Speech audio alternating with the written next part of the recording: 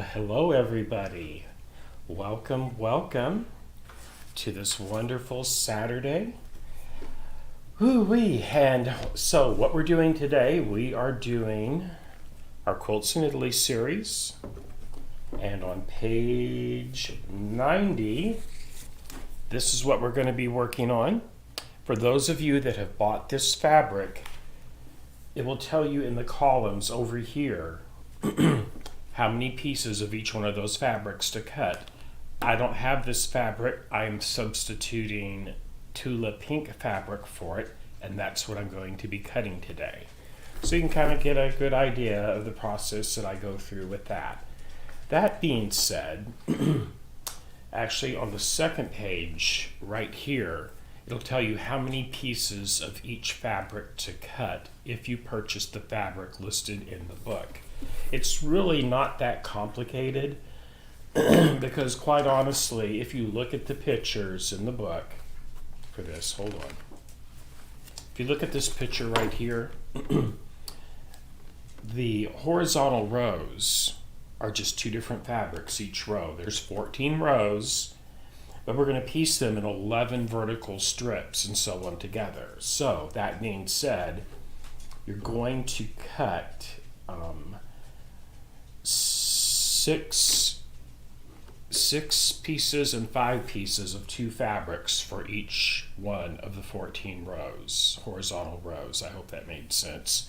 You'll see what I'm going to do here. And hello to everyone and welcome. We're going to have some fun today. So what I'm going to be doing first, last week I showed you how to cut your paper templates, to cut these pieces with, and I also demoed how to cut this piece out with AccuQuilt. This cannot be cut with AccuQuilt, this shape right here. Okay, so all that being said, this is a 60-degree diamond. Okay, that's what it is. It's 60 degrees. Important to know because on most rulers, check this one out for instance, there are cutting guidelines. Where's that one at? Right here is the 60-degree line right here that you would add that up on. So for instance, I'll show you how to do this. If you've cut these before, you get the idea. It's really easy. I'm going to do it all on camera, and that's what we're going to be doing today. Okay, let me get a drink of my coffee. I'm going to read any comments. Hi, Molly. Hi, Sandra. Okay, I'm going to answer some questions also. If you have questions, just put the questions in the chat window, and I'll be referring back and forth throughout the process today. Okay. So Molly, you should change your needle approximately for every 8 hours of sewing. If you don't sew a lot, once a week. If you sew a little bit every day, change your needle once a week, but technically every 8 hours of sewing. Once you get used to what your machine sounds like, you can actually tell by the sound that it makes as it's piercing the fabric, because if you hear it make a thud when the needle strikes the fabric, you need to change the needle. Okay. And Molly, you asked, do you starch your fabric to keep it from raveling? The strips from the stone log cabin ravel tremendously. Yes, Molly. So no, I do not starch.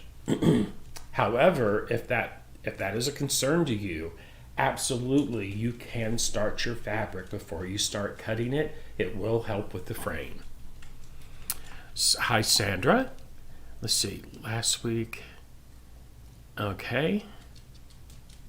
So Sandra, that cording you're talking about, you can only get that from me. I import that from Istanbul, Turkey, and I think I have 3 balls of that left. Shoot me an email at my contact at quiltsbydale.com, and I'll quote you a price, and if you're interested, I'll just handle that here. I can get that shipped out to you on Monday if you're interested. Okay. Hi, Mia. Hi, Gia. I love it. Mia and Gia. My goodness. Hi, Mia. Hi, Gia. Hi, Eugenia. Hi. Hi, Teresa. Wonderful. Welcome. So, like I said, on camera, I showed how to draft these paper pieces, and I'm going to use these today. So if you haven't started cutting your fabric yet, just watch what I'm doing today. If you need to want to know my technique for tracing out pattern pieces out of a book, because in the back of this Quilts in Italy book, right there are the two pattern pieces right here on this page, okay? And super easy to do, all that fun stuff. So I'm going to get started cutting fabric. Now, I'm going to cut fabric. I have some yardage. Let me swap my camera. There we go. Okay. So what I'm going to do, I'm going to cut some 5-inch strips of fabric to start with. Okay. And let's see here. I'm just going to start with this one right here. This is some Tula Pink fabric out of my stash. Yes, I have a lot of fabric, everybody. Let's see here. And what I'm going to do, I'm going to put it on my cutting mat here. And let's see here. Let me move some stuff around. I already got my iron plugged in case I need it. I want to swap this around. Okay.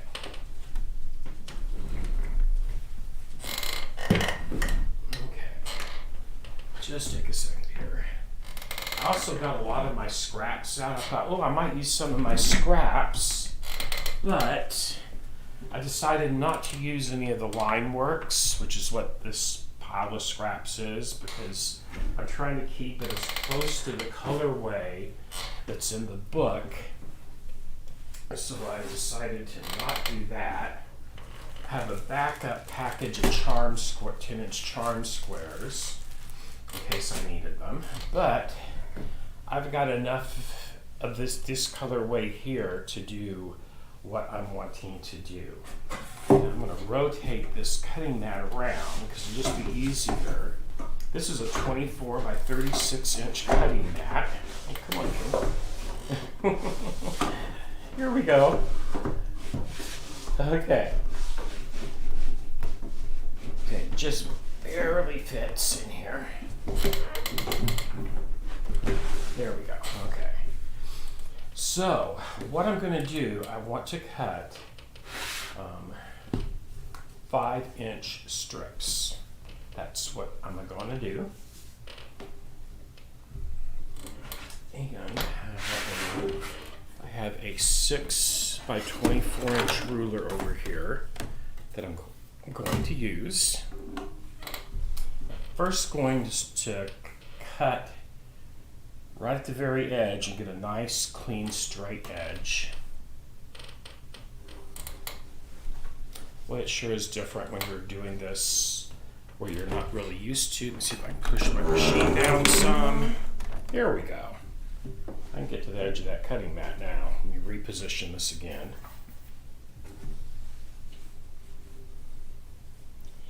And what I'm going to do, I'm going to cut enough of these to get started. Then I'm going to use them on the design. I don't really have to use them on the design wall. But I've got enough of a variety of this Tula Pink fabric. And this is out of print fabric, everybody. I probably should not be cutting it up, but I am. So there's my nice straight cut. I cut it right along the 0 line. So now every square I go over this way will be 1 inch. So I want to cut at the 5-inch mark. Because the width of those diamonds from one flat side to the opposite one is 5 inches. And then all I have to do is make my 60-degree cuts. I'm going to cut 2 strips off of each for right now. I don't have a clue how much of this I'm going to have to use. yada, yada, yada. Right now, I am just going to be cutting some diamonds out of it. Okay. And I will just put that one up to the side up there, out of the way. Get a drink of my coffee here.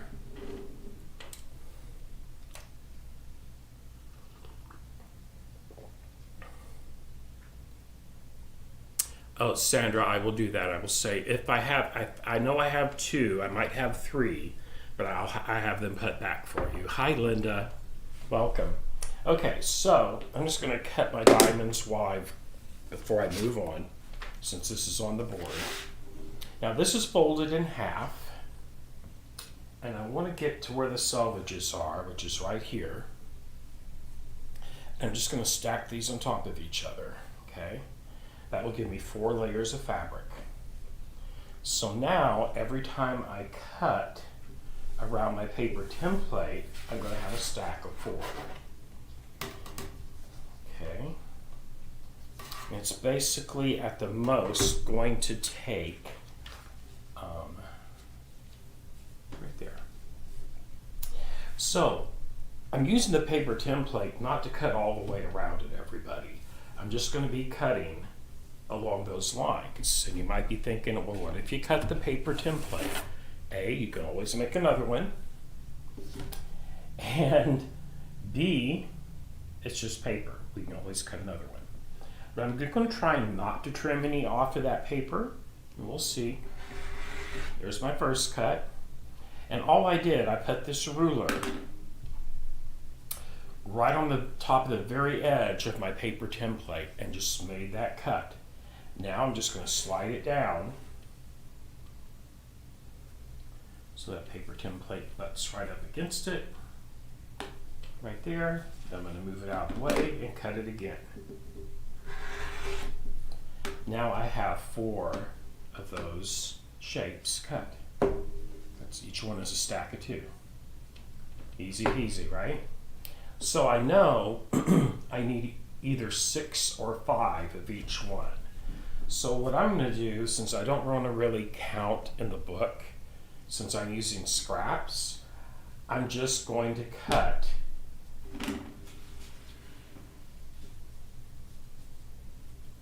I want to cut in multiples of 5 or 6 pieces. So for instance, I think, and once I got that side already cut once, I don't have to trim that again. I just have to go down here and line up this other edge there and give that a cut. See, easy, easy peasy. Can I get one more? It'll be close. Probably not. Oh, probably so, yay. Which is perfect because that would be 4 and 4 and 4 would equal, what would that equal, everybody? That would equal 12. 3 times 4 is 12. Duh. But that gives me 2 stacks of 6, which is enough for 2 rows using this.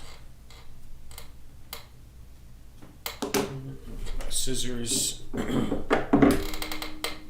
here, here. There we go. Now I'm not going to throw that away because if I unfold that, this is scraps for another quilt, everybody. See there? Could easily get a tumbler shape out of that. So anyway, I'm going to set that to my scrap side. Now I have 12 of those. Total you need, total amount of diamonds you need for the entire quilt top is 154 of these diamonds. And I've already got 12 of them. So that's pretty good. It's real good actually. Now this fabric, this is from the Zuma line. It's no longer manufactured either. I'm going to use up these scraps as much as I can as I go when I have a choice. So I may have to do a little bit of pressing here. Okay. Hi, Sarah. Oh my goodness, Sarah. I hope, girl. Well, Best wishes and best thoughts to you, Sarah. Here I am sending you positive energy to heal. Everybody think of Sarah so that she can heal. God, I hope you're going to be okay, Sarah. My goodness. Hi, Pamela. Yes, here's prayers and positive healing going to Sarah so she can heal from this injury. We all love you, Sarah. We're all thinking about you, and we're there for you, girl. Okay. So, put that in a little scrap pile. I don't think I had to trim that to cut it.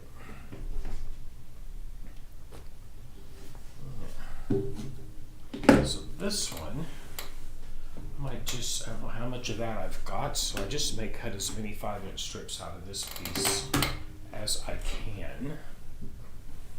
That's actually half a yard of fabric right there. So I'm just going to cut that. It's got a nice straight cut on it, so I'm not going to have to trim the edge. I'm just going to line up the edge with that line there.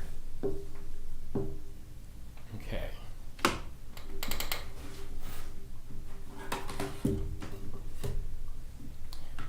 Sarah, did you bring any knitting or anything with you for while you're in the hospital? Or maybe a good quilt book or something. My goodness.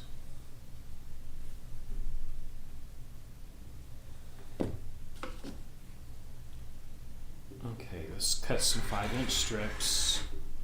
This is really cute fabric. It's got little seashells and seahorses in it. It's really a cool piece of fabric. Her Zuma line was all nautical themed. I've only got a couple of different fabrics of that left out of my stash.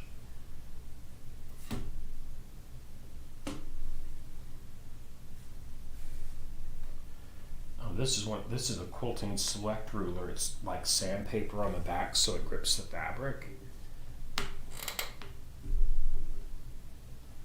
Okay, so I cut the first one at 5, this one at 10. I'll get 3 good cuts out of this.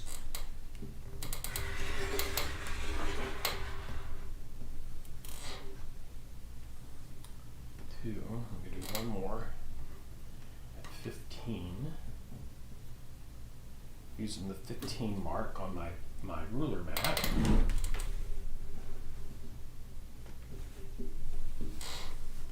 Okay. And I'll put that's a 3.5-inch strip. I'll put that into my scrap pile over here. Okay. And I am going to press these down before I cut them because I can see they're not going to want to lay good flat. So I'm just going to put my little handy dandy wool pressing mat here on top of everything. Give this a quick press. These 3. Okay.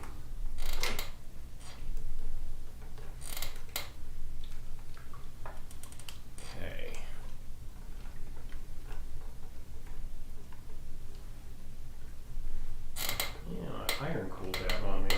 Let's see here. Turn that back up on high. That's good though. I'm going to get these on here and get them all pressed. Okay.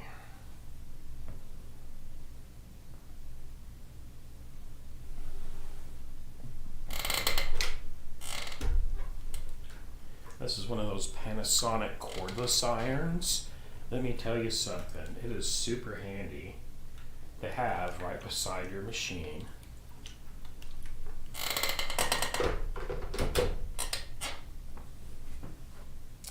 Wonderful iron for quilters, especially also on the go. It comes in its own little carrying case and everything.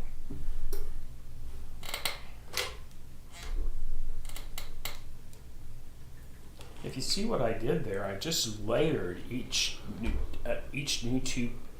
piece I put down, I put it right on top of the previously pressed piece. That's just how I like to do it. I mean, there's a bazillion ways to do it, everybody. So that is now ready to cut out my diamonds on. Cut my diamonds out of it. Okay. Right there. Now, I haven't even nicked my paper yet. Now that I said that, I'm sure to do it. But here's the thing. As you can see, it is super easy. This ruler is a Jaybird ruler. It's called Hexenmore. It's a handy ruler to have as well. But you can cut jewel like diamonds out of it if you just cut around the whole thing. You can also cut hexes and half hexes and triangles out of it. And it just so happens this is a 60-degree angle on the ruler, so it works perfectly for this project as well. You can use any straight edge to rotary cut with.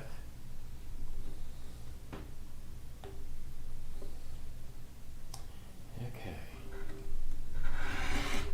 Here's that one.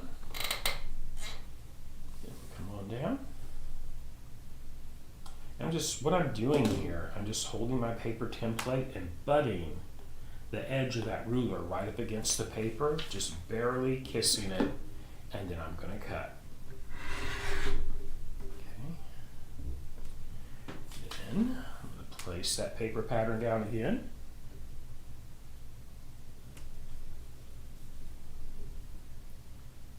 Just rinse and repeat. So we know from the previous set of strips I cut, I should get 3 good cuts out of this. And fabric is cut 5-inch strips from selvage to selvage. And that's what it is. Okay.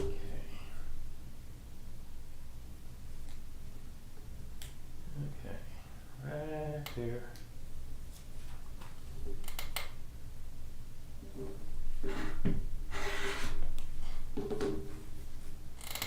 Alright, let's check that one again. Make sure that is good.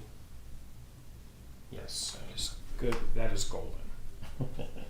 So yay, now I have 2. I have enough to actually, well, I have enough for at least 2 rows, for 2 rows here, and then some. But the way that will actually piece, let's see, it'll go like that. If I was going to do, this is what this row would look like using these 2 fabrics. There, there. Here's how it gets that the name of the zigzag. This is why it's called that. Going all the way across, you can see that, how it gets that zigzaggy name. Let's do one more over here. It'll kind of give you an idea of what this is, how these are actually going to fit together. Pretty cool. So that's 1, 2, 3, 4, 5, 6, 7, 8. There's still 3 more pieces to go down on it for it to be the width that it is in that book. Okay, so yeehaw. Those would look very pretty together, I think. Let's get all these stacked up.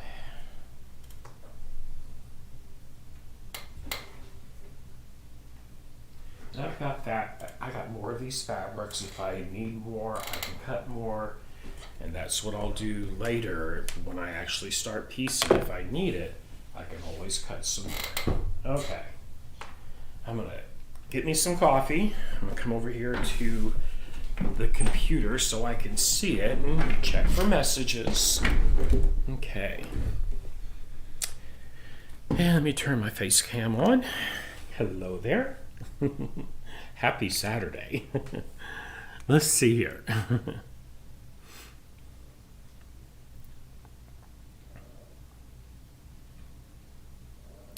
Well, Sarah, it's at least you have your tablet and your Nook. Unfortunately, no, I don't. Most hospitals won't let you bring a sewing machine into it, I don't think. I've never tried that. Hi, Chris. Hi, Jackie.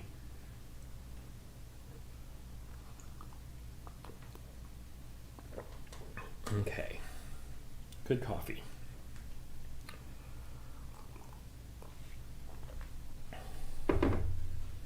Alrighty. Now we're going to cut out some more 5-inch strips.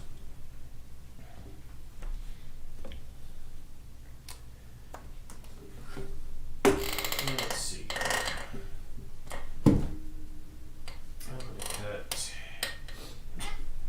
this one next. This is Tula Pink fabric here. This is from her Slow and Steady collection. That was quite a few collections back. Goodness, I can't even begin to tell you how far back that one is.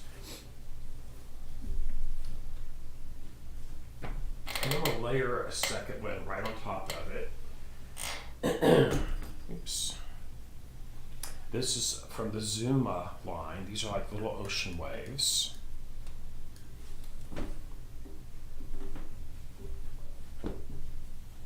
Okay. And you know, everybody, I never did have whole bolts of this fabric, but what I did, when I save empty cardboard bolts, when your fabric's all off of a bolt, I save them, and that's how I store all the fabric in my stash.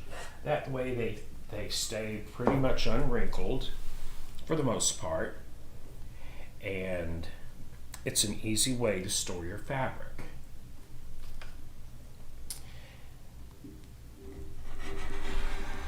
I have a lot of the, there are some places, sometimes you can ask a quilt shop to save them for you, and they'll just give them to you. And there are some places where you can actually just buy them.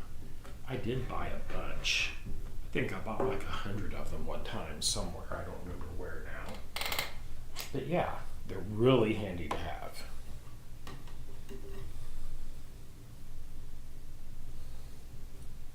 What I mean and what I'm talking about is the cardboard that fabric is rolled around on a bolt when you go into a fabric store to buy fabric.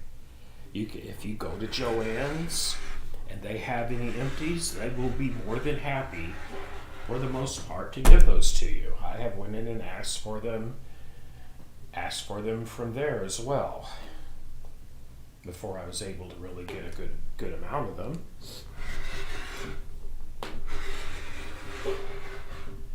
Just food for thought. I'm going to do one more. Let's see if I can get that. I have that in a bind. Hold on. I gotta do some straightening here. Oops. I'm going to unroll it one more time. And there we go. Now there's enough room.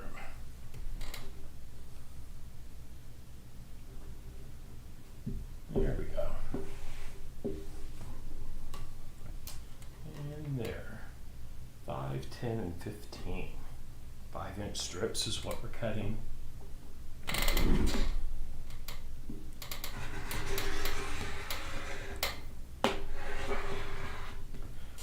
Okay.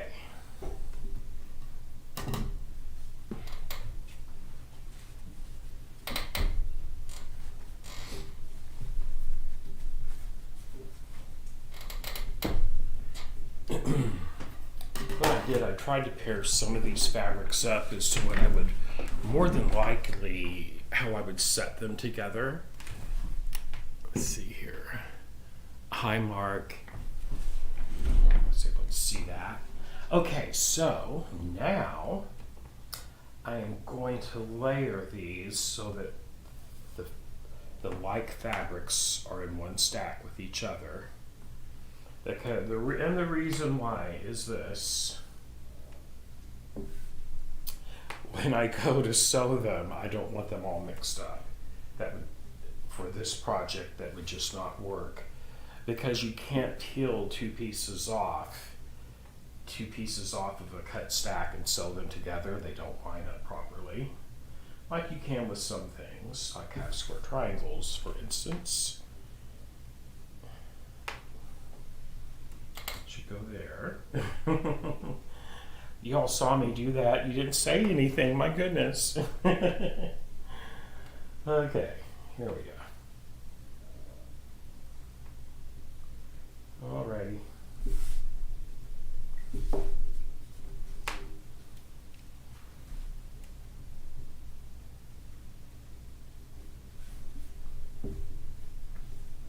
Okay, now we're going to do us some diamond cutting. Let's do this one here first, since it's closest to me. Now I'll use a different ruler than this just so you can see. This is just a small straight-edged ruler. Well, you know what? I forgot to move my camera back. There we go. So what I did here, sorry about that, everybody. So what I did here, I've cut 5-inch strips out of these two Tula Pink fabrics. They are 3 strips in each pile, and now I'm going to cut my diamonds out of it using my paper template. Before I was using, the last couple I did, I used this ruler, which I really like to use for this. If you don't have that, you can use any straight edge ruler. For instance, here's a small straight edge ruler right here. This is a Creative Grids. And all I'm going to do is get it lined up. Everybody, I want to say this also. No one sponsors my videos. They are 100% funded by yours truly when it comes to all these notions and stuff you see me using. I've actually bought all this stuff. I would never recommend a product to anybody if I was not going to use it myself. Okay. And there's one. We should get 3 stacks.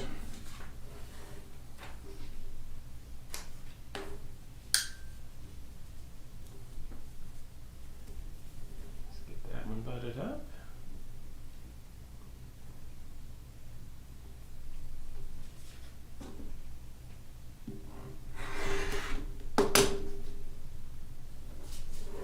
I should be able to get one more stack.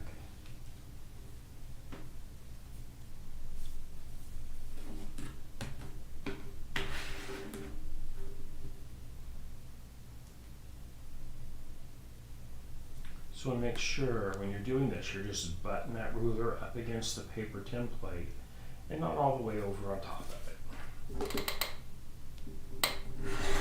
There we go. Okay. So there's 12. Wait, that's more than 12, right? That's 18. Oh, that's different. Okay. So that's 18 in a stack. No, that was that first stack where I had 12 in the stack. Okay.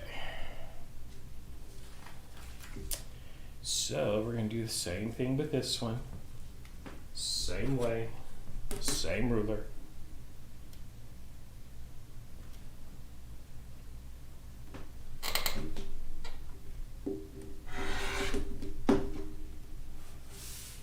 And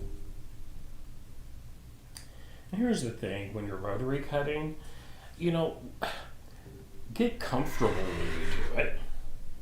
I mean, it's not, if you just take sometimes we all just get in such a big hurry. Just take your time, enjoy the process. Whatever you're using to cut with, find a nice comfortable chair to sit in and sit at a table and do it. Even if you're using a cutting machine, you don't have to stand up and stress out your back being bent over to use it. Sit down and get comfy.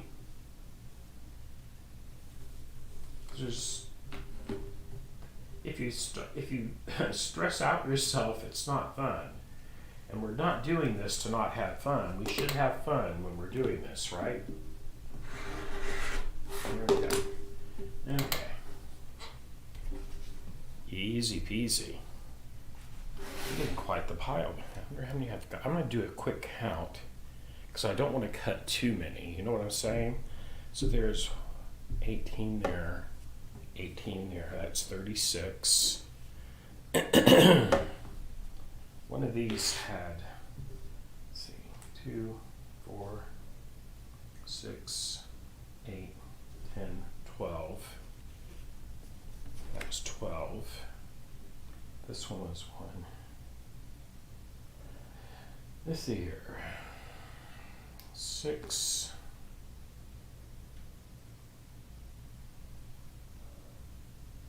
18. Okay. I should probably cut one more 5-inch strip out of that so all the numbers match. So those are each a stack. Each fabric has 18 of those cut. Okay. So let me get my phone and my calculator for a minute. Let's see here. Calculator. Right there. Come on. So 18 times 3. That's 54. So right there is more than a third of it. And I'm going to do one more strip of this so they're all 18 stacks of 18. Plus 1, 8. 72. That, hey everybody, that'll almost be half of these cut. See, that's really not taking long. How long have we been doing this? Oh my goodness, we've only been doing this for 37 minutes. I almost have it halfway cut. See, not that hard to do. Okay, so that'd be 72 once I get that. So I'm gonna go ahead and cut one more strip of that very first fabric. See, you just have to go with the flow, and it's all good. Okay, some more of this one right here.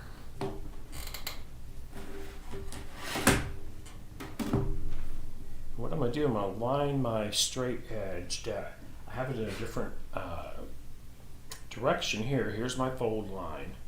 So what I'm doing, I'm putting my 5-inch mark on my ruler right along my previously cut straight edge, and I'm going to trim it, and that will give me a 5-inch cut. Right there. Okay.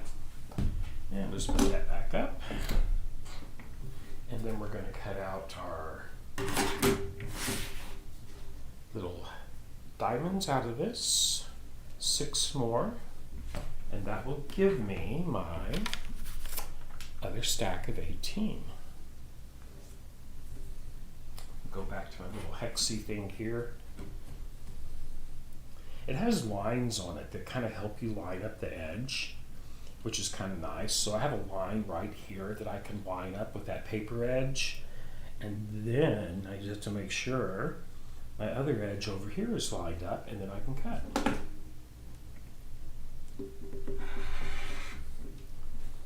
If anybody wants, I have 2 of these, 2 extra of these in my studio. If anybody would like one, message me, email me at contact@quiltsbydale.com, and I can send you an invoice for one of those, if anyone would happen to want one. Okay. Or if you have a local quilt shop, by all means, shop local. It's called the Jaybird Hex and More Ruler. There's lots of cool things you can make with it.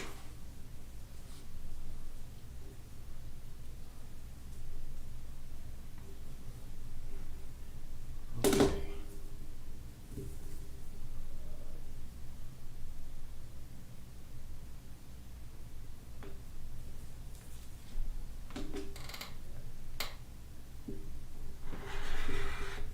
Like I said, I have 2 of those in stock, ready to ship, and if more than 2 of y'all wanted that, several of you wanted one, I could just order some more, so it's all good. There's a chance your local quilt shop might have them. Joann's does not carry this type of product.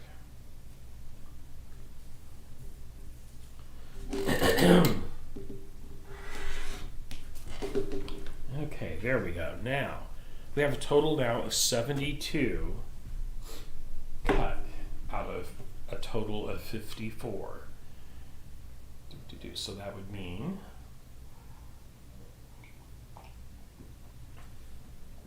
what would that mean? I'm thinking out loud here, everybody. Let's see here. We're just going to keep on going. Okay, so next I have these 2 lovely fabrics. here. Let's see, this one is from, I don't have much of that. This is the cardboard thing, inserts I'm talking about. Okay. So this is from the So Slow and Steady collection. This is a pretty one too. It is from all Tula Pink fabric, everybody. This is from, these are little mini owls on here, True Colors. True Colors for her first True Colors collection. And we're going to cut us 3 strips of each off of this.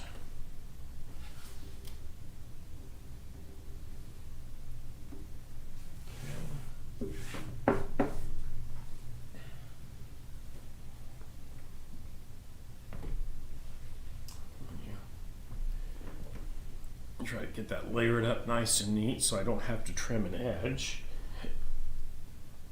Let's take our time, get it laid out nice and flat on our cutting board. There we go.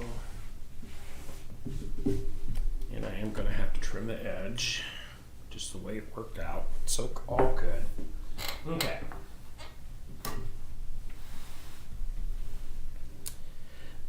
So what I'm doing, I'm lining the edge of my ruler up with the 0 line, what I call 0 on a ruler. That way I have a nice straight edge to line everything else up to.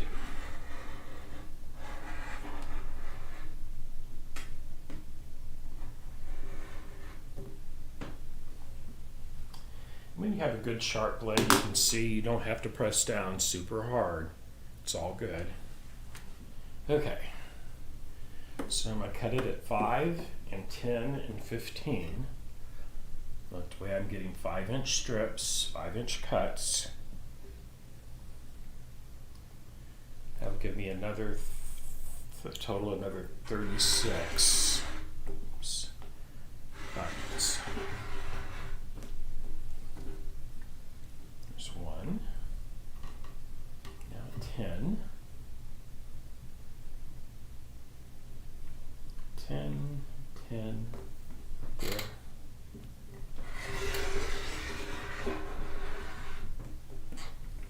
One more cut. That was a 10. The next one will be at 15. Yeah,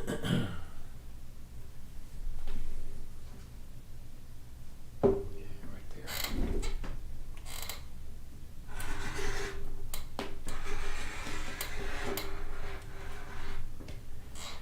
Alrighty, then a couple smaller pieces of this left. I still have a long fat quarter, a long full quarter I should say. More than that actually. It's about what, 11 inches wide. Cool. So I could still get some 10-inch squares out of it if I wanted to. We'll see. Yeah, I had a really nice bag of scraps from the De La Luna line, the Day of the Dead fabric, but I didn't really want to dig into that. That's really hard. That is super rare fabric. I have some yardage and some scraps as well out of that.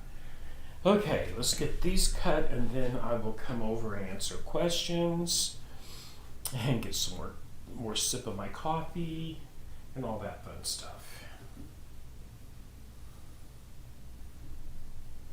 This cute little hexie thing first. I love these little hexies she does. Little hexie print fabric. It's really cute.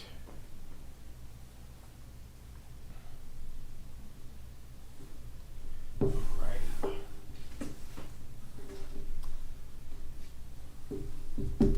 Okay, now let's get these diamonds cut.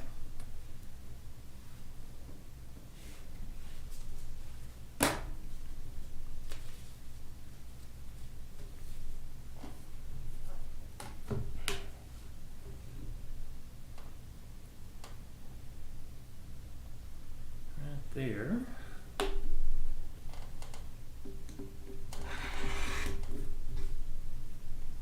Just laying all those little cuts like that right over into my scrap pile.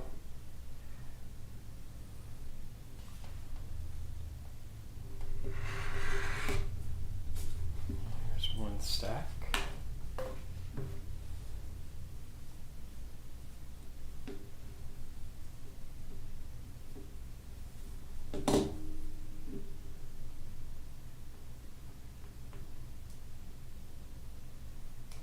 Need to talk Mike into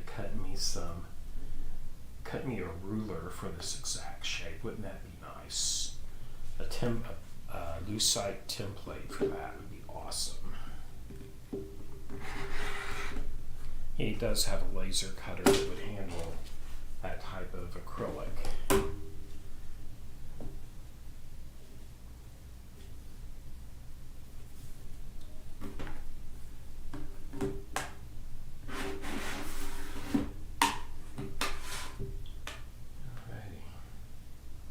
One more cut there. Right there.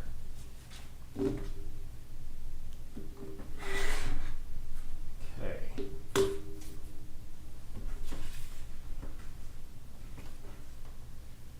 Here's another 18. We have one more set of 5-inch strips to cut, and then we'll have 36 and 72, whatever that is, would be what?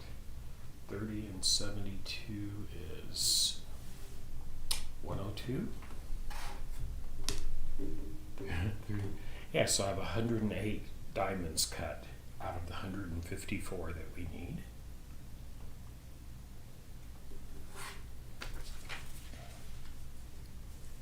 I let my mind wander. I almost made a cut without having my paper template down.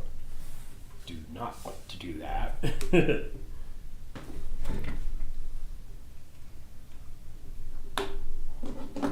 Any other fabric, I really wouldn't care. But on Tula or Cape fabric, yeah, I try to be as stingy as possible on my cuts. As far as that, I like to conserve that fabric as much as humanly possible.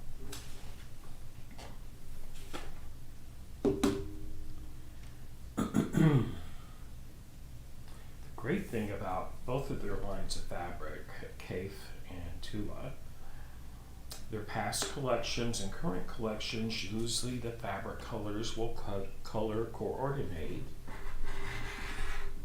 across their different lines, collections, which is a super cool thing. It's the way all fabric should be for one designer.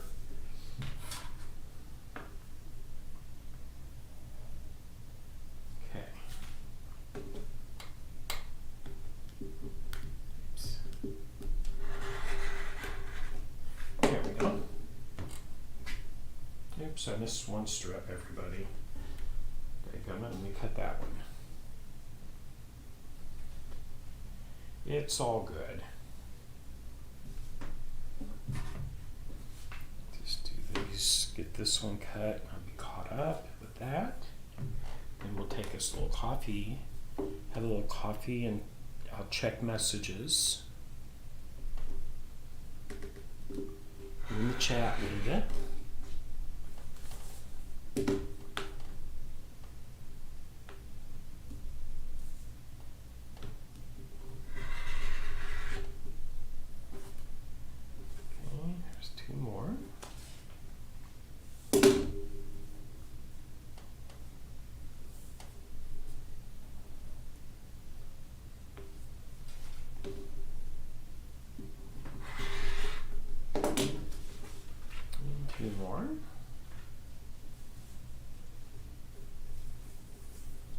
This cut made, I'll have that group of 36 diamonds completely cut.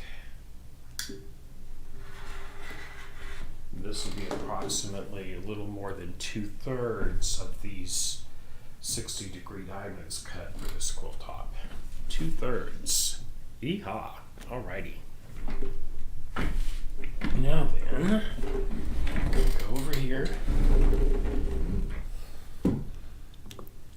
Hello there. Okay.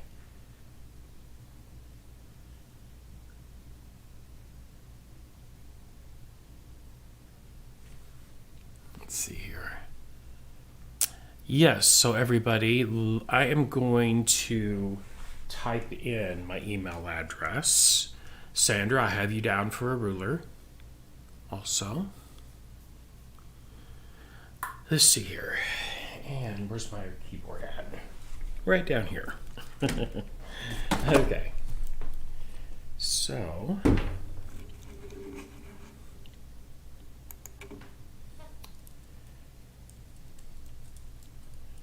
contact at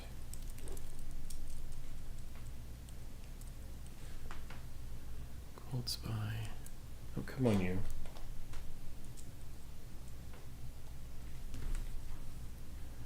Quilts by Dale. .com. There we go. Okay, Molly. Okay, gotcha, Mia. So everybody, when you send me that email, I will need a shipping address as well.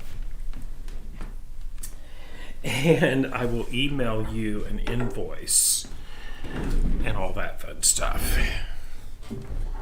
And then if you just, then once you get the invoice, if you still want it, you can pay it and I'll get it shipped out, blah, blah, blah. Okay, let's see here. Okay. Molly, you'd like to show us how to cut the striped fabric that's in the Quilts in Italy book there, cut at different angles. Gotcha, Molly. Let me see here. Let me get the book. Let's do a different camera angle for this.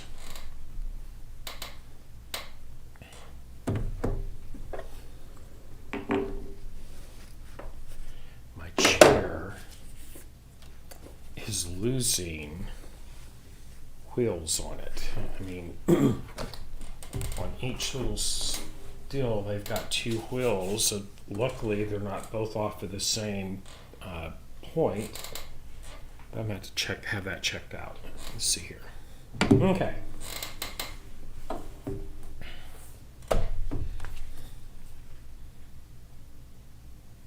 Oh, okay, Molly. Now that's easy. So, for instance, check this out here.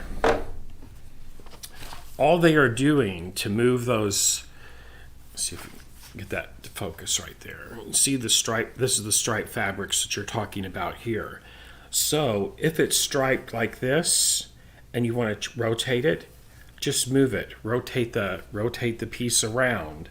Let's see if I have a scrap of striped fabric so you can see what I'm talking about. Hold on.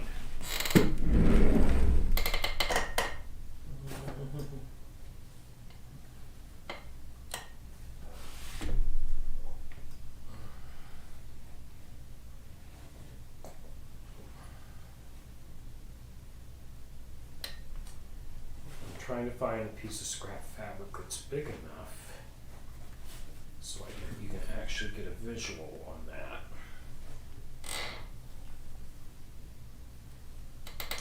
None of that is. Wow. Okay. And yeah, another one just came off. Okay, but here's the thing with the where it says the striped fabric. All you would do if you cut it like this, there's your template, okay? Let me open that, bring it back a little bit. And there's the fabric I just cut, okay? So if this was going to go like this, and let's say your stripes are going this way, okay? All you would do is rotate it to get them to go in a different direction. Because if you can see here, you're not putting stripe against stripe. So you can rotate that, the direction of that stripe. This one would be like that. Then you could do that one like that. You see what I mean?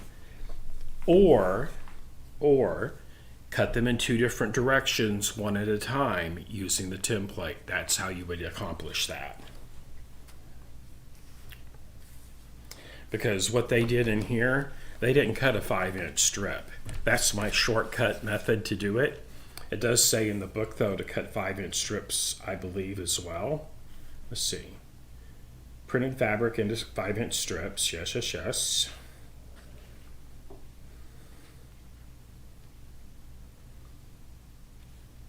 Hold on just a second.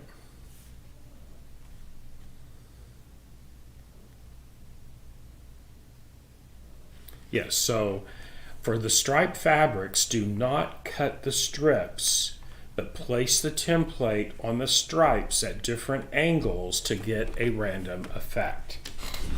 That being said, hold on just a moment.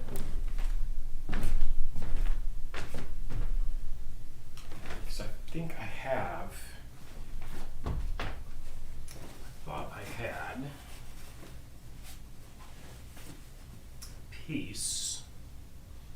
Let me go grab some fabric. Hold on, everybody.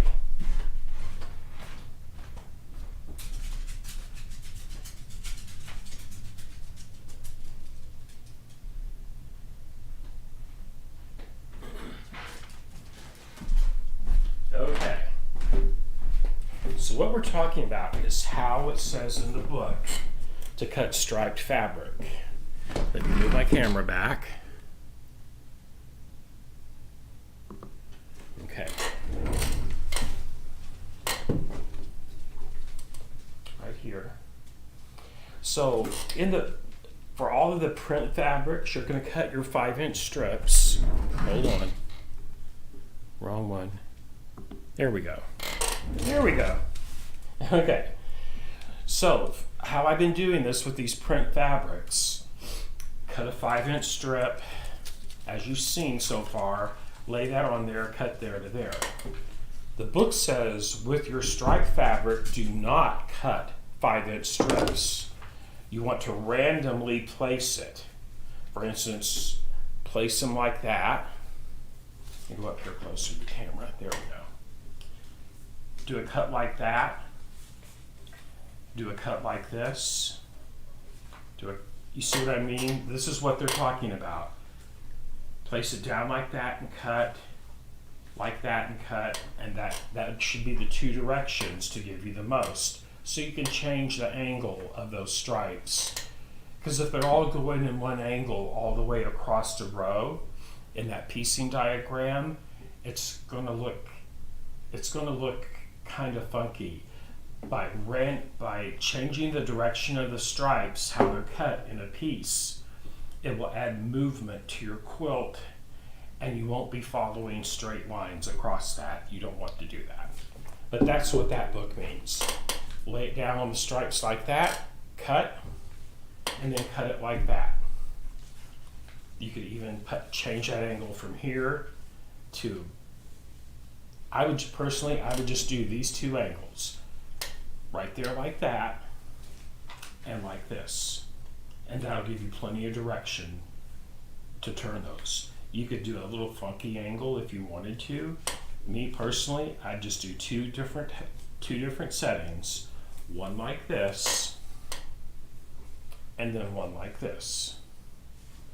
I hope that made sense.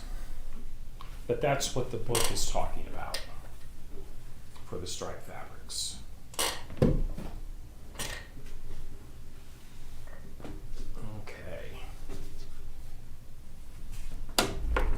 Here and get a sip of my coffee.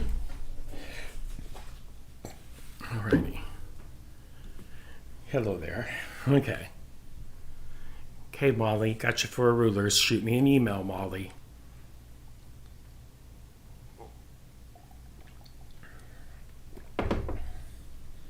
Okay, so, excuse me.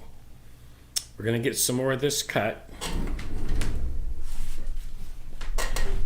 This fabric I have laid out here.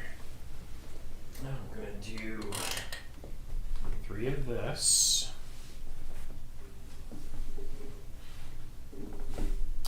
3 cuts is what I mean. When I say I'm going to do 3 of this, I'm going to do 3 cuts.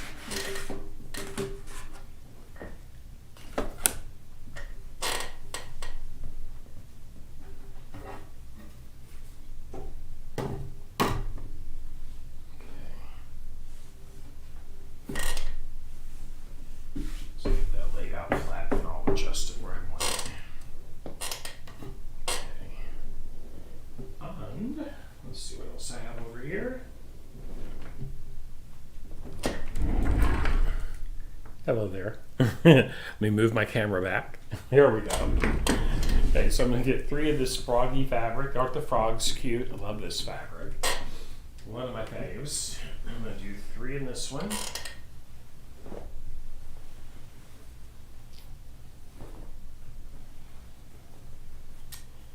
And let's see here.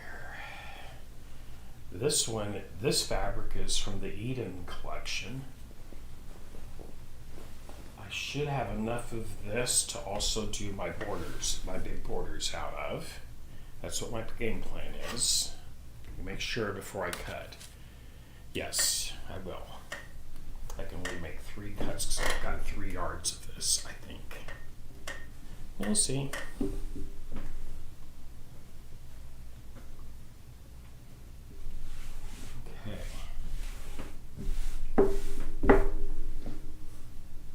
And everybody, let's see, next Saturday, I am going to piece this quilt top. And by that, I mean,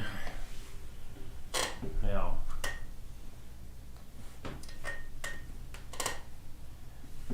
I hate to promise I'll do the whole thing in one night. I don't know if I have that in me. It'll take about 2 more Saturdays to finish this one off. When I have to go teach somewhere on a Saturday, I will do it on the next day instead. Some weekends it might be on a Sunday, and then some weekends when I'm home it'll always be on a Saturday. Okay, there's those. Let's trim the edges, and we'll get our 3 cuts made.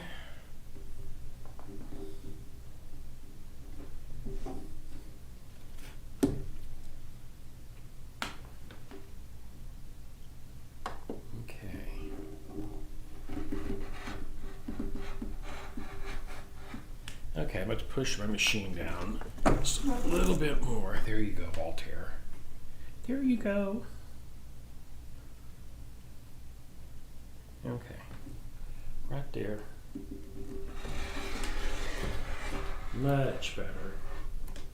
It creeped over too much into my cutting space. Yeah, we're going to cut it at the 5-inch mark.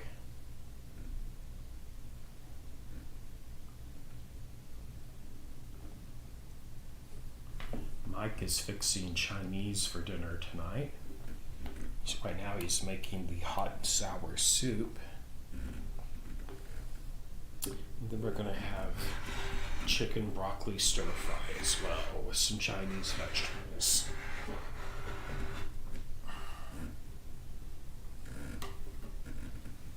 Like little mini ears of corn and bamboo shoots and bamboo shoots and what's that other thing? Water chestnuts, that's it. And one more. That was at the 10-inch mark on the mat. This one will be at the 15.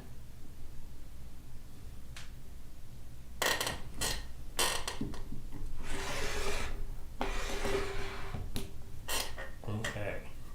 Get these fabrics put back up. Actually, it should be on a cardboard insert, so I'm just going to do that while I'm here. Well, we've got it right here laid out. Okay.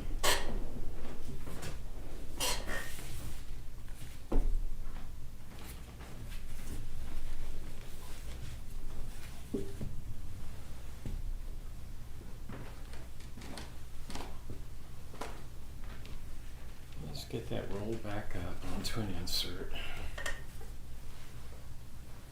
That's how you can keep your fabric from really wrinkling when it's being stored.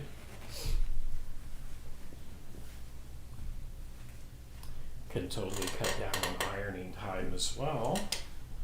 Occasionally you might have to press out a little crease or a wrinkle, but not that often. Here we go.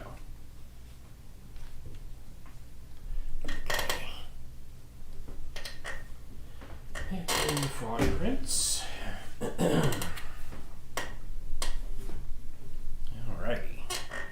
Now then.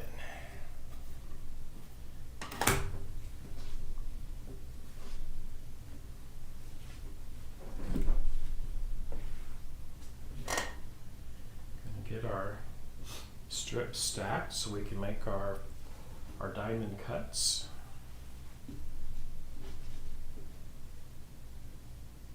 Alrighty. I say alrighty a lot. I've realized that after I've watched some of my videos. I say, gosh, I say that a lot. Oh, well, it is what it is, everybody. I'm just being me. Okay.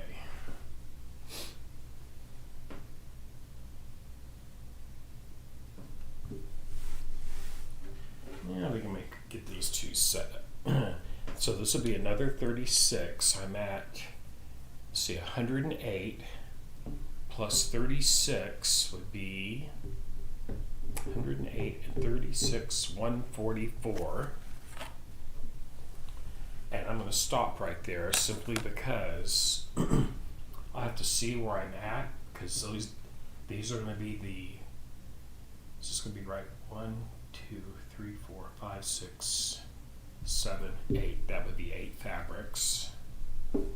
Now, in the Cape version, there's a larger number, but there's not going to be in my Tula version, because I'm just trying to keep it in a colorway so it'll all blend, since I'm using fabrics from several different of her collections on the same quilt. I'm trying to kind of keep them all so the colors will blend nicely, is the best way I can say it. Hope that makes sense.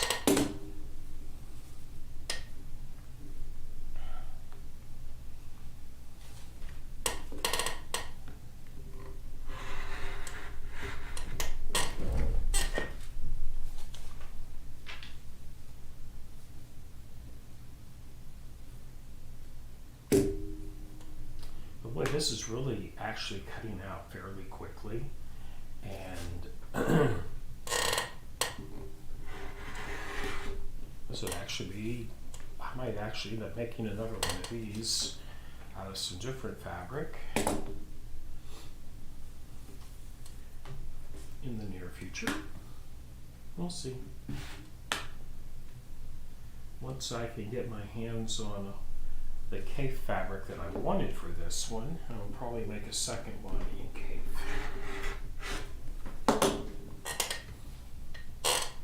Okay, so there's 18 of those. And then we're going to do cuts on this one.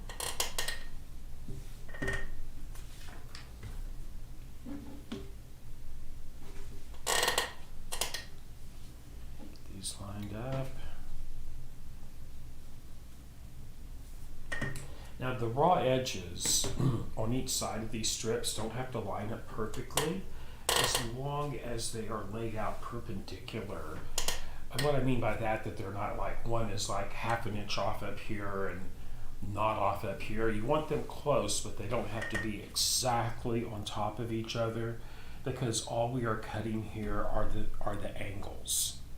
Okay, that's what we're matching up here, is making sure the ruler's touching those 2 points, so I get a nice 60-degree angle. Okay, that's what I'm after here. Because by cutting them in 5-inch strips first, you've already got half of the cutting done. Okay.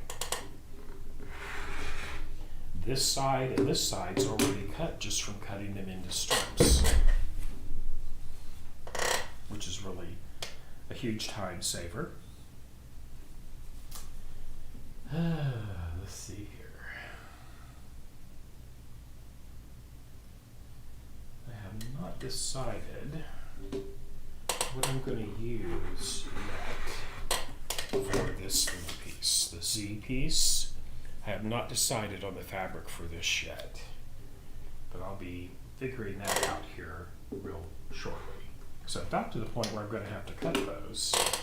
And there's not that many of those that actually have to be cut. So there's a definite, in the book, he uses the same fabric for both pieces, because that's what goes on the top and the bottom of the vertical rows. That squares them up. However, I think he used a stripe, I'm not sure. I'm going to have a look at it here in a moment. Once I know I've got this cut that I need, everything here that I need to be cut is cut. Okay, so that's good. I'm going to lay a few of these out so I can kind of get an idea of what I've got going on here. So, let's see. This will be a good audition to see. Also, yes, I'm going to audition the pieces together just to see how they would look sewn together.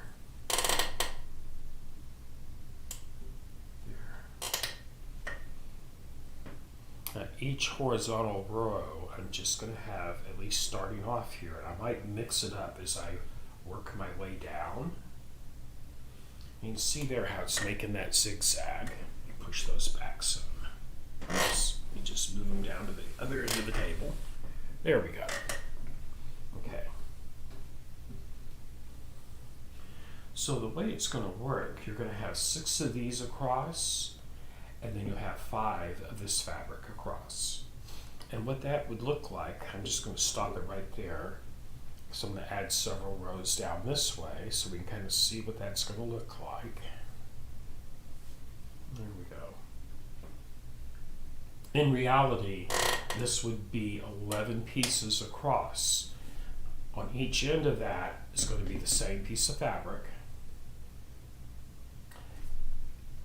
And that's in the book. They have the same 2 fabrics going all the way across a horizontal row. We don't piece it like this. We piece it down this way. Okay, so there's those.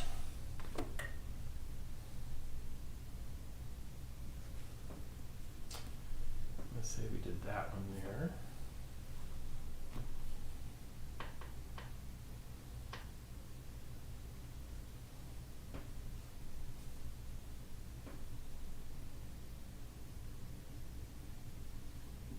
Because I'm not sewing anything together today because I really have to think about this. I will torture myself thinking about this once today is over with. But I will have it all staged and ready to sew together next. As much as I can get sewn together next week, we'll get sewn together. Okay. There's those 2. And there'd be these.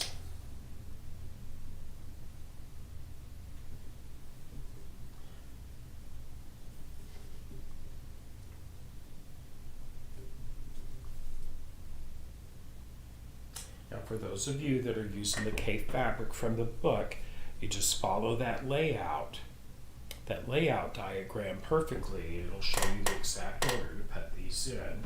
Since I'm not doing that, I've got to kind of get a little creative here and figure it out on my own what I'm going to do. And that's why I am auditioning these prints right now. This may not be where they end up staying, but this will kind of give me an idea how they're actually going to look together.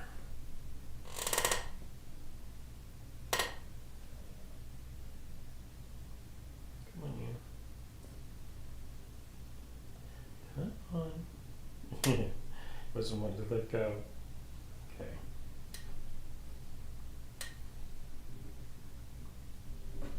Slide that down a little bit more.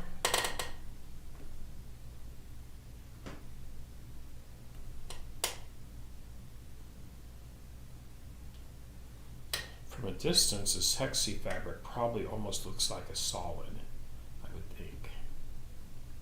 Okay.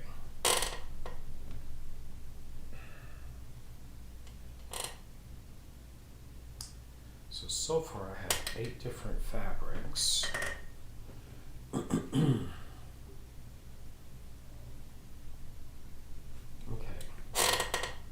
there we go.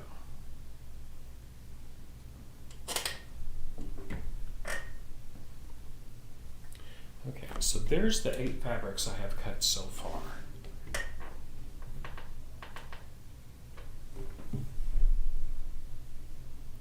Don't know if I like all of these together.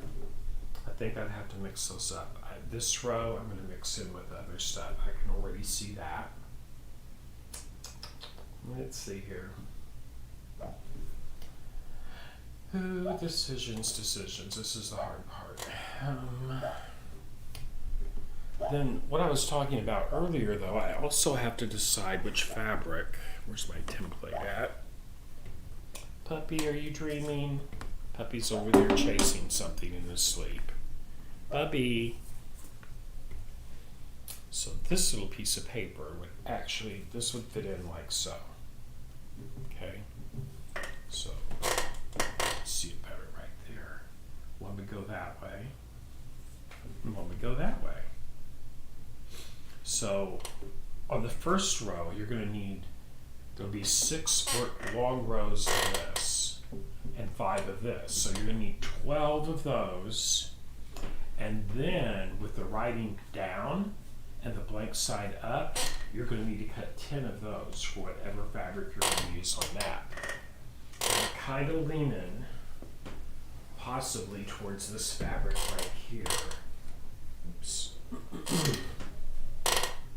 Only in pieces. And just lay a few pieces on top of this fabric here, and you can see what I'm talking about.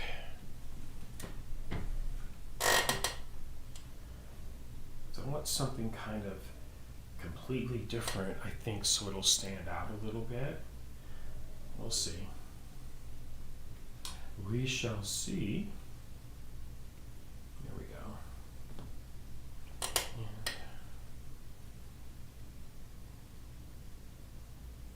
Some more pieces laid out here, and we'll audition that for the Z piece.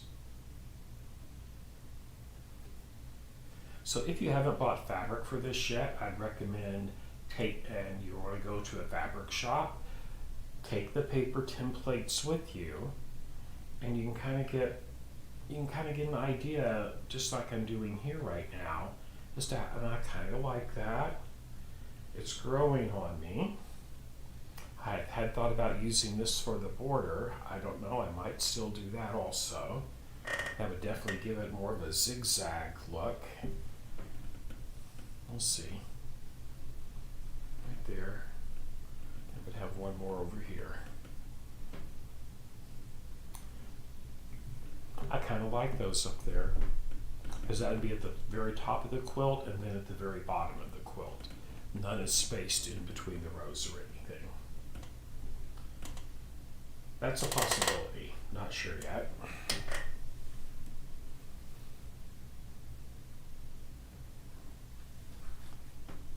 Let's see. If I had that on the border though, that wouldn't, I could not use this and also use it for the border, according to that graph over there. So, let me think here. Let me think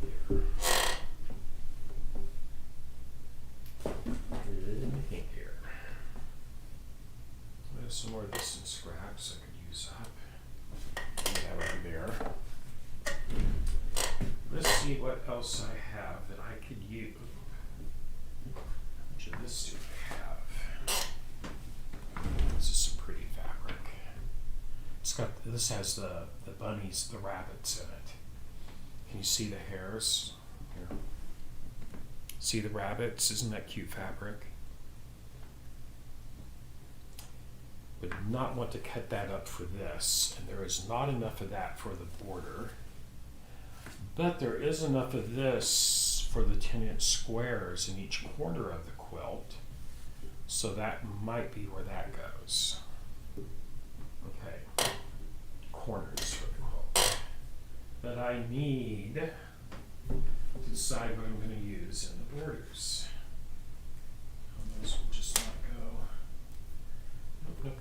Let's see here. So I have two choices for my borders to make this work. I have this fabric right here for the the top, bottom, and side borders.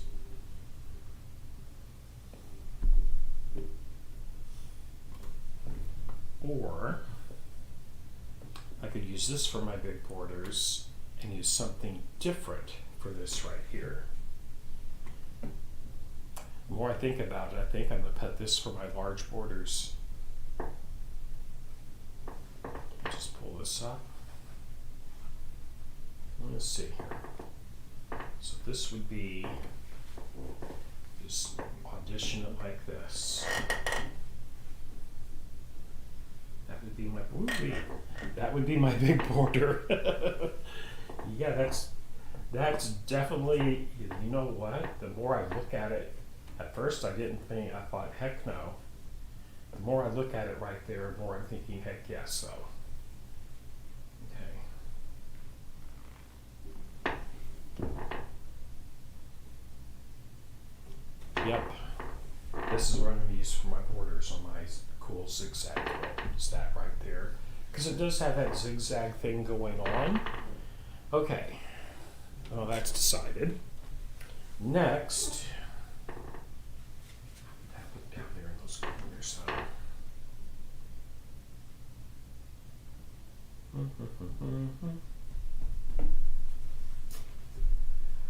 Boopy doopy doo. That's a possibility.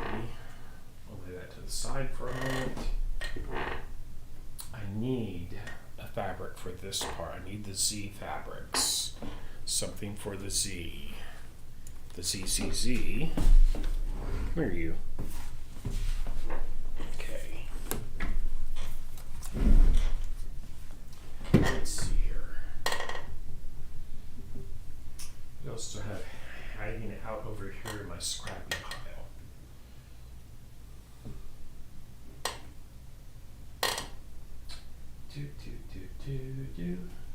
Scrappy pile. Who wants to live in this quilt? Who wants to live in this quilt? Let's see here. No.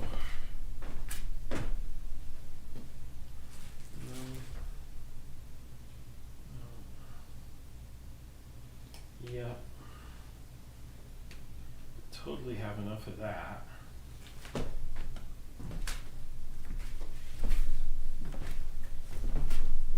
These little ladybugs for the Z. See what this would look like. There we go. Yeah, kind of dig that.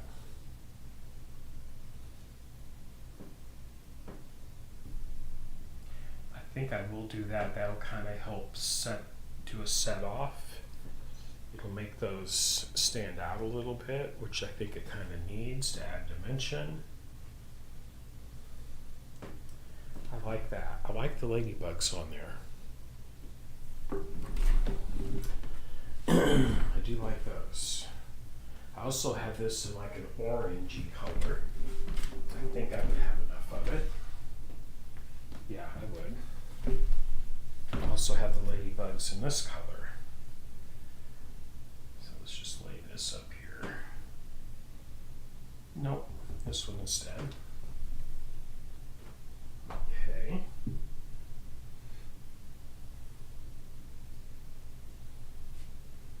What I think I'm going to do is that's going to be my Z fabrics. This is going to be my 10-inch squares in the corners. This is going to be my 10-inch borders. And I use this to repeat down. Okay. Whew. Okay. Set those back up there.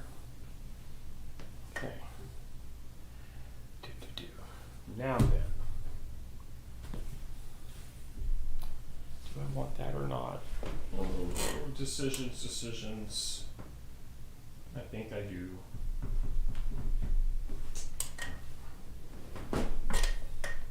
Okay. So I have all my diamonds cut. Now I was going to move these around though because I wasn't really happy with that. I think it's too much light in one area. So do that there. Put that one there.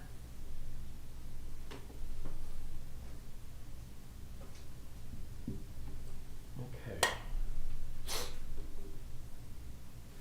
Then, you know what? I think I'm going to swap those two out just because I can.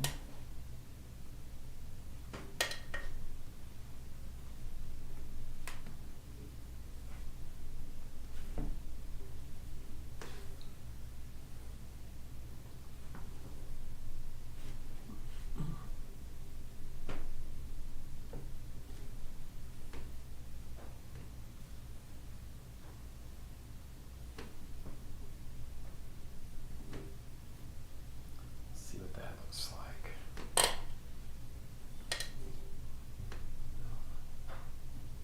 I'm confused. What I do? Oh, that. Okay.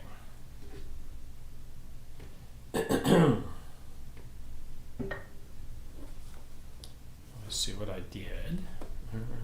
Where are you? Right there. Need one more of those.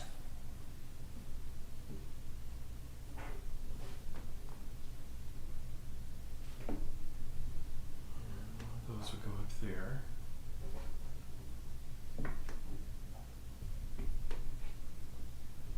This is just too busy together. Okay. Okay, those are too busy together. Those aren't though.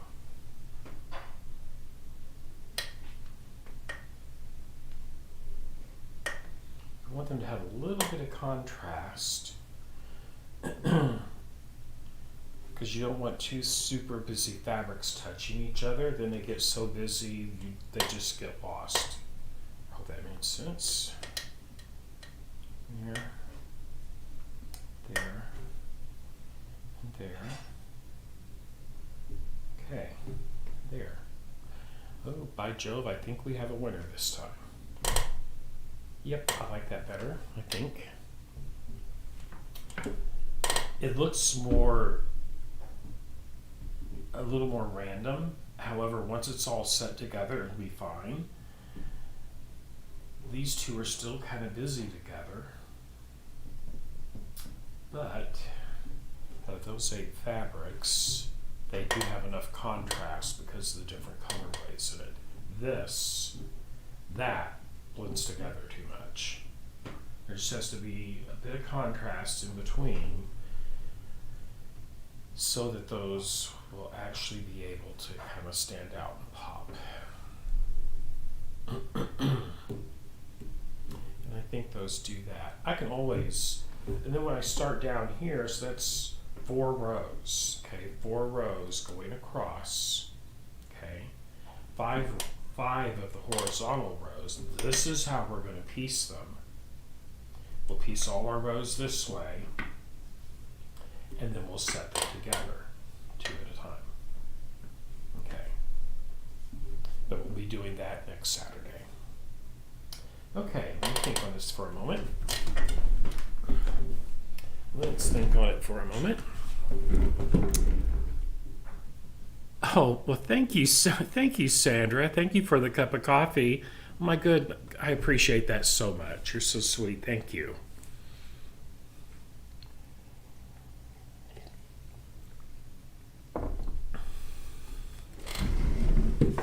Okay, so let's see here.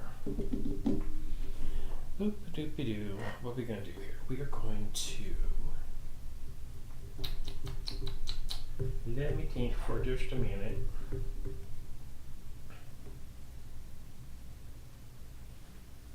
I'm visualizing this quilt, everybody, if you're wondering what I'm doing just sitting here. I'm visualizing what this with the other fabrics I have over here, how it's going to finish. And I think that is really going to work out pretty good. Bum, bum, bum, bum, bum, bum. Yes, yes, yes, yes, yes. Yes, yes.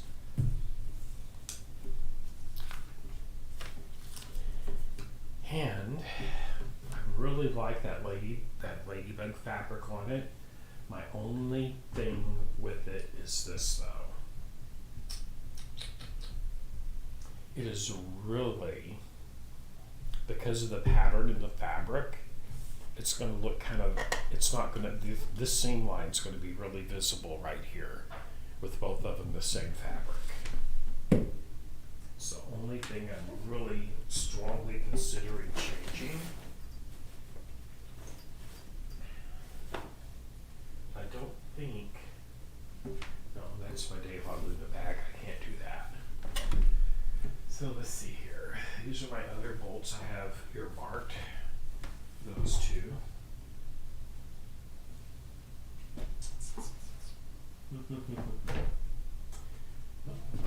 Let's see here. If I used the orange, it wouldn't stand out quite as bad. It's a definite no. I'd like to use that, but it's totally the wrong color. Yeah, you never know. Let's have a quick look and see. Here is some really vintage Quilt pink fabric. It has the lions on it. Check this stuff out. That is from, let's see here, Eden. That's from the Eden collection. That's one of her, it's not her very first collection, but it's way back there towards the beginning. This particular one is. And I just think that would be way too dark to use for those Z pieces. Plus you never see one of the lions, tigers in it, so I don't want to do that. That's a definite no. I want to get these Z pieces cut today also, so I'm done with that. This would work, but it's really going to stick out. I mean, like a sore thumb. No, I'm going with what I originally said. I'm going to do the purple ladybugs. That's what I'm going to do. Let's see here.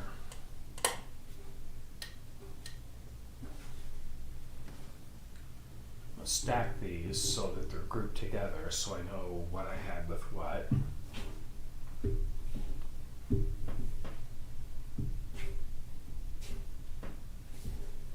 It looks like a mess, but it's my mess and I know what everything goes together. Okay, so let's see here. This is going to be my Z's. My Z fabrics. And the easiest way to cut these, in my humble opinion, would be to cut a rectangle and cut it from corner to corner. That's what I think. Let's see here. It's not a good one to measure by. Let's see here. Where's my other one?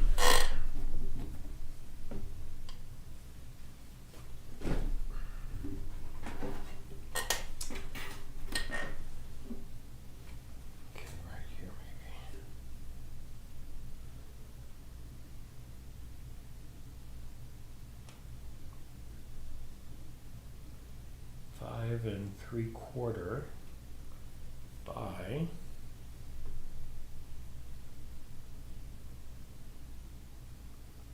3 1/4. 3 1/4 by 5 3/4. We cut those. So, do I want them that way or that way? Do I want like this? Like this. Like this. Okay, so you give me a straight cut.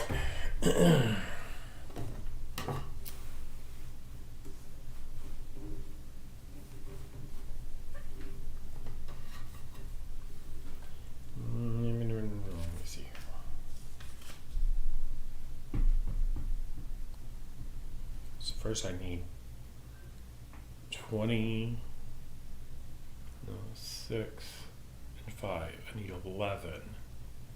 I need 11 of those, so I'm going to cut it this way.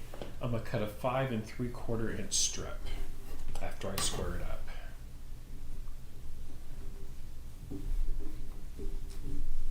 Square it up. Smooth it out here.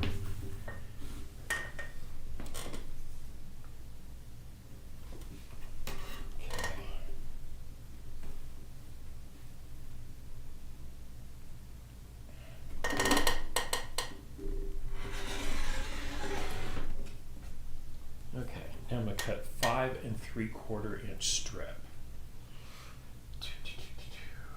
5 3/4.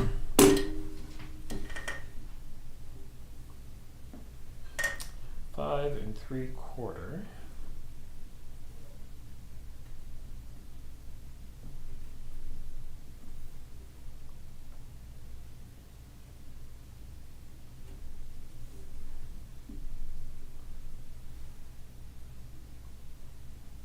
There.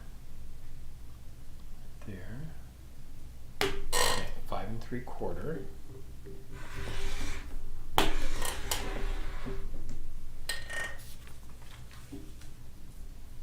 Perfect. By 3 1/4. Yes, by 3 1/4. Now I'm going to cut this up every 3 1/4 inches. Okay.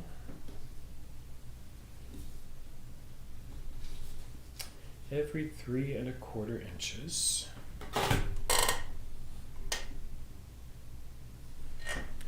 So what I'm doing for this, the first step, I'm going to cut 5 3/4 by 3 1/4 inch rectangles. And you'll see, once I get this going, what I'm doing. So 3 1/4.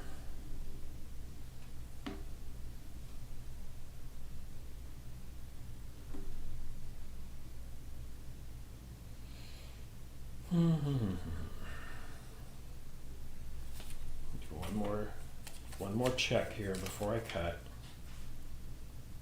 Yes.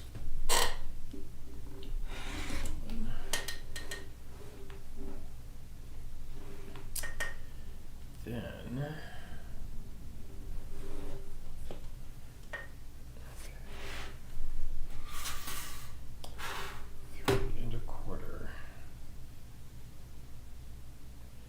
there's 2 in each one of those, so 3 1/4. The right there.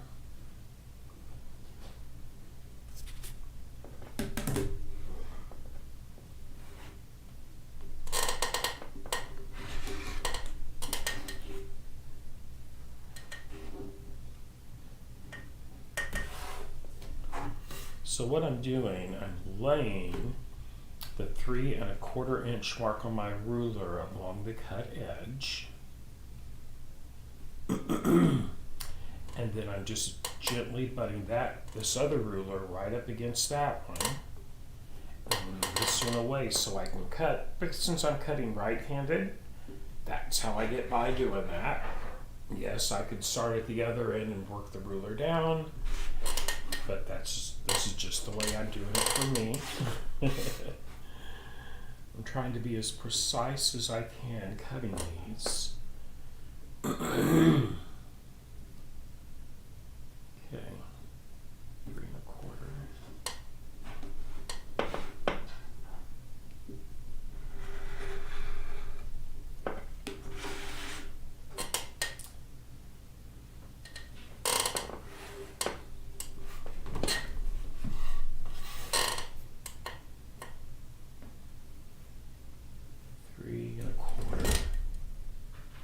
Lining up the 3 1/4 inch mark along the cut edge of the fabric.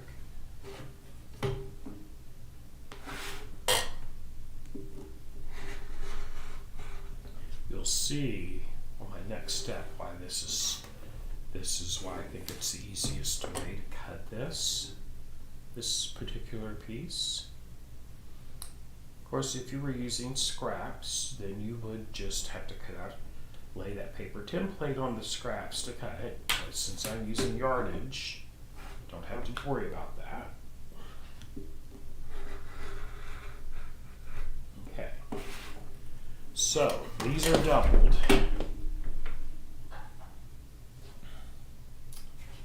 There's 6, that's 12 in total.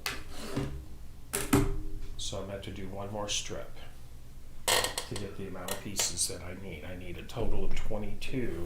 That will give me 12. Okay. Since I've got it here, though, I'm going to just show you.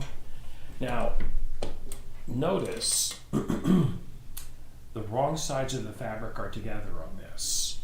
And in the instructions, it says to cut some 12 with the paper up, the writing on the paper on top, and then 12 with it on the bottom. If they're doubled like this, and you make one cut, it should come out that way. So we're going to try one and see what happens. Now, since I have this set to that rectangular size, all I have to do is cut this from corner to corner now, and then I'll have these pieces made. And actually, I think this might be enough. So I just realized that's going to cut 4 pieces out of each unit for a total of 24. This is the only thing I'll have to do here for this piece. And then I'm just going to cut it from corner to corner.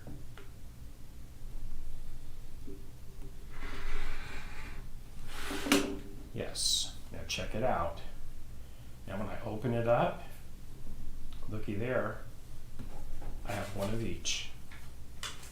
There's that piece, and if I did it that way, there'd be the other one.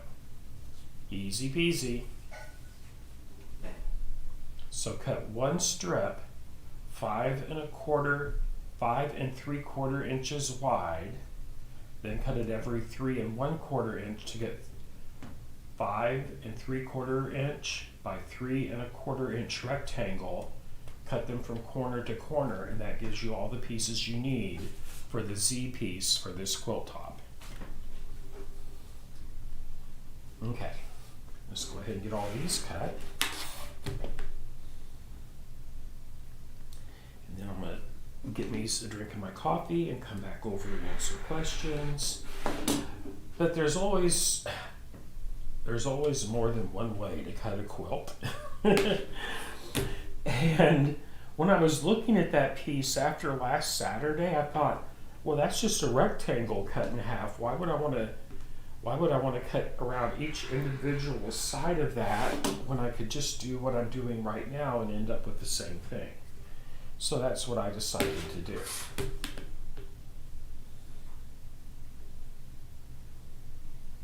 That's why I love quilt making so much. Piecing a quilt, it's basic geometry. I always love geometry. And that's what this is.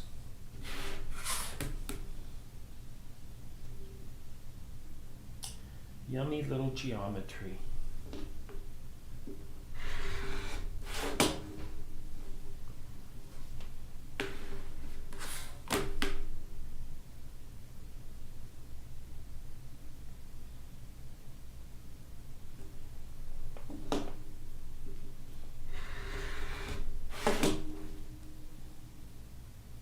There we go. Now I have all of those are completely cut.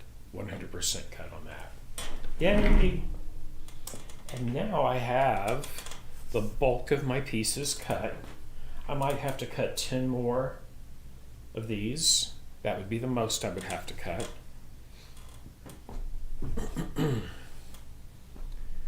You know, I might even change this since I'm not following exactly the directions in the book. I might actually just make mine a slightly different size as far as the length of it. I might shorten it by a row and do 13 rows instead.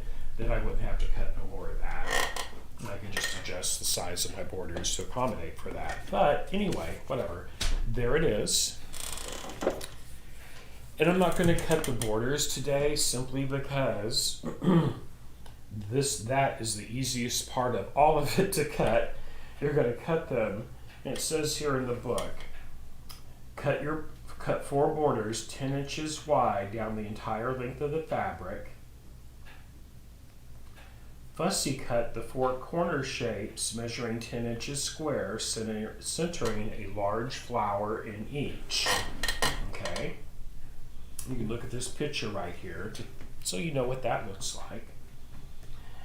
And then binding, cut 2.5-inch strips in the bias direction and seam together. And I have several videos on how to do that, so I don't think I will go over how to cut bias binding again at the end of piecing this quilt top.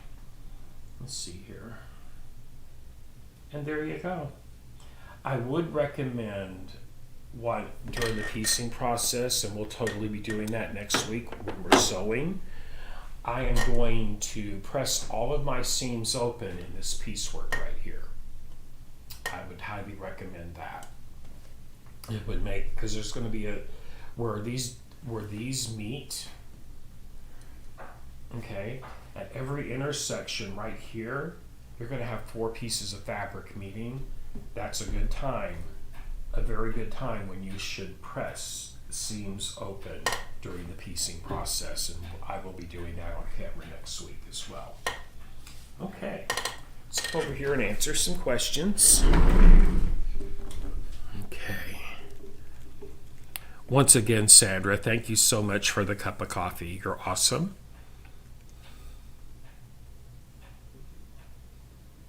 Oh, Sarah, I love that color, that too. Thank you, Vanessa.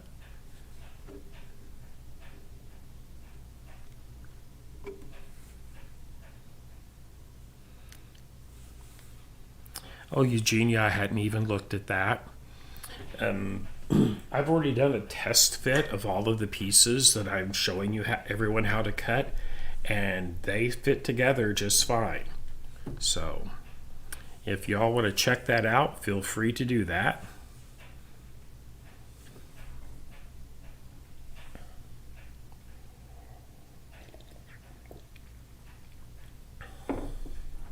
Eugenia, do you know, you said for the size of that triangle? Well, I can tell you they may have wanted it a little bit larger or something, or smaller. I will check that out and report back on that next week. But the only thing that would affect would be the length to cut those the top, bottom, and 2 side borders is where that would actually come into play at. And we'll go over that when it comes time. We're not cutting borders today, so I'm just going to say for right now, don't worry about that. If you are going to get all your pieces cut before next Saturday, check out the Eugenia, was that on Kaif's website? If it was, we might want to go check that out and see what it says. But I think it'll piece together just fine as is, to be perfectly honest. Last Saturday I cut all of the 2 different triangles, and they did piece together just fine.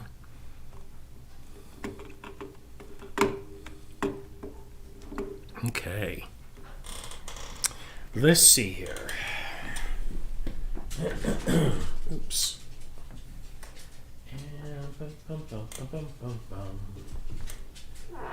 Let's see here.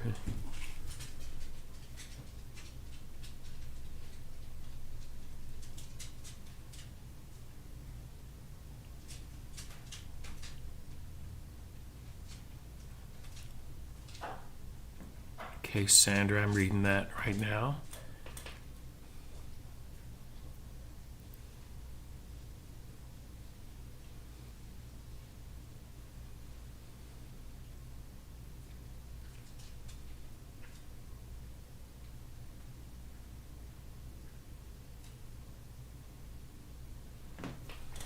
Okay. Well, let's go over here and we're going to measure one of my triangles. So, as long as they measure 60 degrees, when you cut those strips, if you're laying the template down out of the book, that's where that correction would be extremely important. However, I checked it against cutting it on Quilt, and it was on target to have that 60-degree line. But let me see here. I'm measuring on my board. 5 3/4.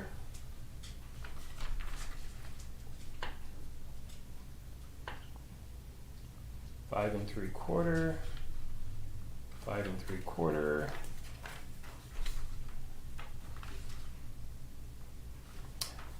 Mine measured out just fine. It might be which printing of the book it is. I don't know. But something to keep in mind, what you can do after you cut out your template, measure these with a ruler and mark them, and then you will know whether what they're saying is each side should be exactly 5 3/4 inches. The angle of this cut, that angle right there, is 60 degrees. You can check that with any rotary cutting ruler. Hold on. Let me lay it down. And right there is 60 degrees. See how perfectly that lines up on that 60-degree line and it's square? So I know mine are good. So all I can say is check it against a ruler once you trace out that template and trim that paper pattern to size if need be. If you're using the Quilt method with a 5-inch strip cutting strip die, it will come out exactly that size. I tested it both ways, everybody. Okay.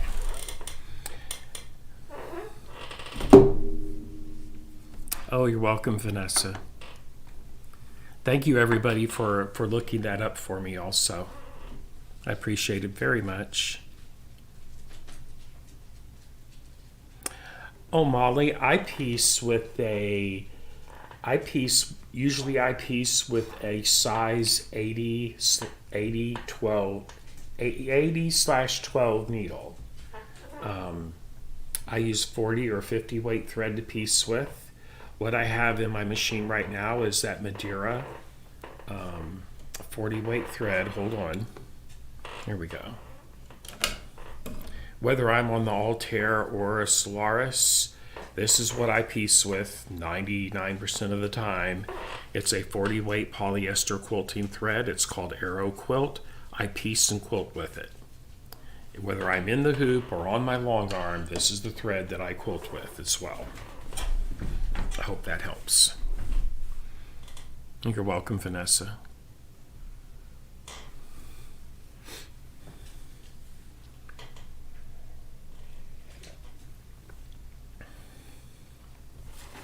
Totally off topic, but check this ruler out, everybody. I love this ruler. It's a simple 7/8 of an inch ruler. This is what you can use to cut out. That makes it really easy to cut out half square triangles with this ruler. Super duper easy. Up to one that would measure, let's see here.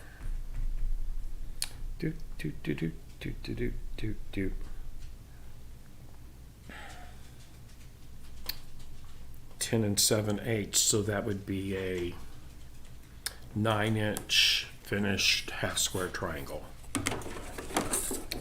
Super ruler though, if you like to cut half square triangles, this is the ruler for you.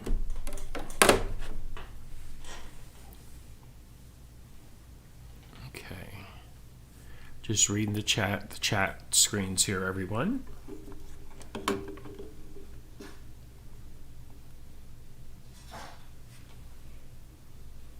So like I said, when you trace out your paper template in the book, measure those to make sure that they're all, before you cut it out and you have it down on paper, and you have it down on paper, just measure it before you trim it out. You can just correct it right there. So Sandra, you're talking about these colored bobbins I have right here. Well, those are class 15 bobbins that I use in my machines. Hold on a minute. Let me see if I have the box. They come in a 50 count storage box. Let's see where that box is at. And I use them quite a bit in all of my machines, and they work just fine. Here we go. So they come in a storage box like this, and there's 5 different colors in a storage box. And this is a great little box too, because it will hold 50 bobbins. As you can see, I have some different threads in there, blah, blah, blah. But they all work. These will work in an Altair. These will work in a Meridian. They will work in Destiny. They will work in Solaris. I have used these bobbins in all of those machines with no issues. And you should be able to pick these up at your local Baby Lock retailer.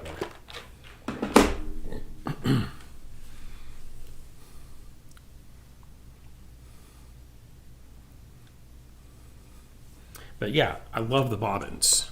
They're awesome. And most of the thread you see on my bobbins is that Madeira Arrow Quilt thread. I use it literally for everything. I even use it in my sergers sometimes without any issues whatsoever.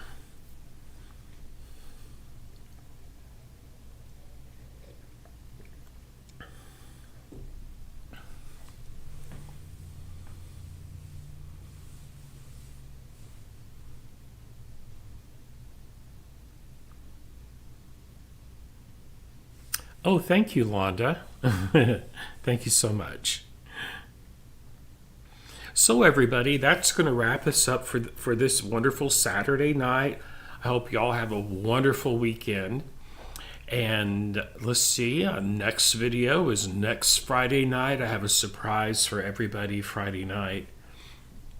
As some of you may or may not know, at the end of August is Baby Lock Tech. That's when they have a big Baby Lock convention in St. Louis. I'm going to go there and teach, and that is also when they announce the new products that are going to be released, and there'll actually be an announcement next week, but that all the retailers will come to that, and they will actually be able to see demos and all that of those machines. But guess what?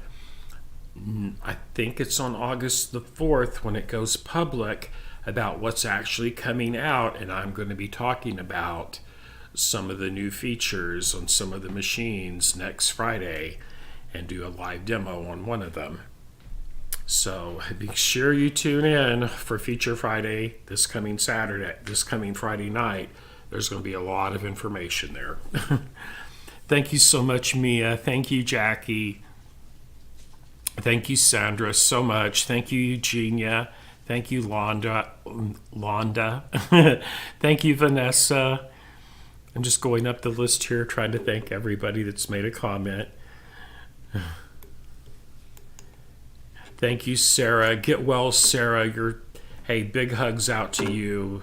Healing energy your way, Sarah. I'm sorry. Sarah. Hi, Mia. Thank you so much for tuning in. Thank you, Molly. Thank you, Mark. Thank you, Chris. Thank you, Jackie. It was nice seeing you all coming in for this session. Thank you, Gia. Thank you, Linda. Thank you, Teresa. Okay, everybody. That wraps us up for this Saturday. I will see y'all next week. Have a fabulous rest of your weekend and love each